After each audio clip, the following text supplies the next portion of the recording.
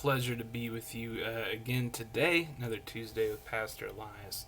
And past few weeks, we've been going through the prophets in our Inertia Youth Wednesday night group.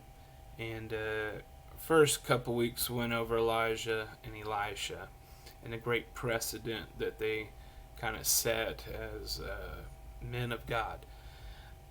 And then this week, we get to Obadiah, who maybe isn't as well known, but Obadiah has an interaction with Elijah. He's a kind of a counselor to the king, I believe, a chief of staff, to King Ahab. Those that aren't familiar, King Ahab and Jezebel were maybe the worst king and queen in Judah or Israel. I mean, they were considered bad. I mean, I'm pretty sure I've touched on Jezebel before. Jezebel is just a name that, to this day, it's a negative connotation. Names like Delilah and Bathsheba also, negative connotations, but Jezebel was the worst, and she was the worst because she was killing people of God. Anybody who has a prophet, anybody that proclaimed the word of God, she had killed. And what's inspiring about Obadiah here is just this one interaction he has with Elijah in 1 Kings 18. When Elijah's coming back to finally have the confrontation, he runs into Obadiah. And Obadiah's tells him, listen, hey, I saved 100 prophets. And he even, split them into two, so 50 in each cave. So that way, if, Jezebel did find some, she wouldn't kill all. And he used his own means. He was he was a well-off individual. And he provided, bread and water and sustained these prophets.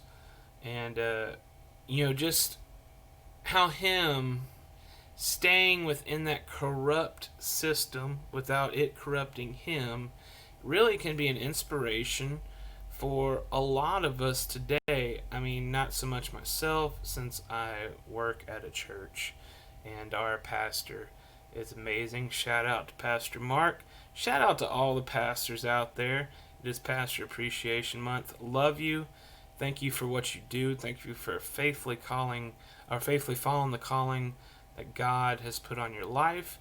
And thank you for being faithful each and every week. And thank you for fighting through all the things that nobody else knows about. God knows. And so thank you to all the pastors out there. And thank you to the congregations that make their pastors feel loved. Thank you so much. It means so much. Back to Obadiah, though. Just this one interaction. He also has a whole book. It's a whole whopping one chapter. And it takes place at a separate time than what I'm talking about here. But he saved 100 people because he stayed in this corrupt, negative, deadly system.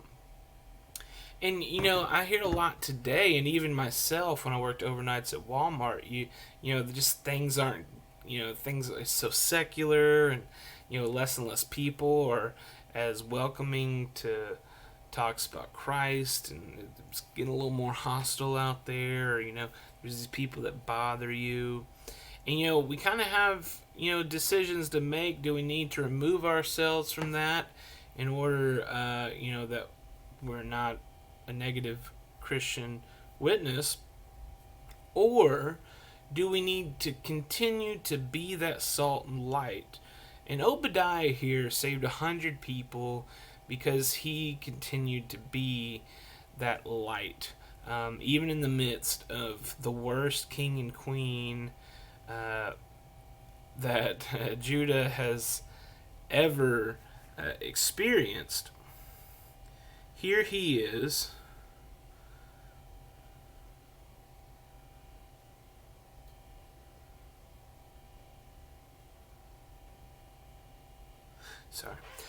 here he is. He saves 100 people, and he knows the wrath that awaits him if he's found out, yet he continues to do that. So I want to encourage you today. Maybe you're in a tough work situation or school environment, and it's really starting to wear you down. It's really starting to cause stress and anger and jealousy and all these other things that aren't fruits of the Spirit. And I want to encourage you to lean into your faith, lean into the Word of God, just spend time in prayer, but ultimately keep pushing through. And in my past, I've been kind of a fence sitter. I'm fine with just letting things play out. I'm fine with removing myself. I'm fine with pressing forward. But sometimes a call to action needs to be had.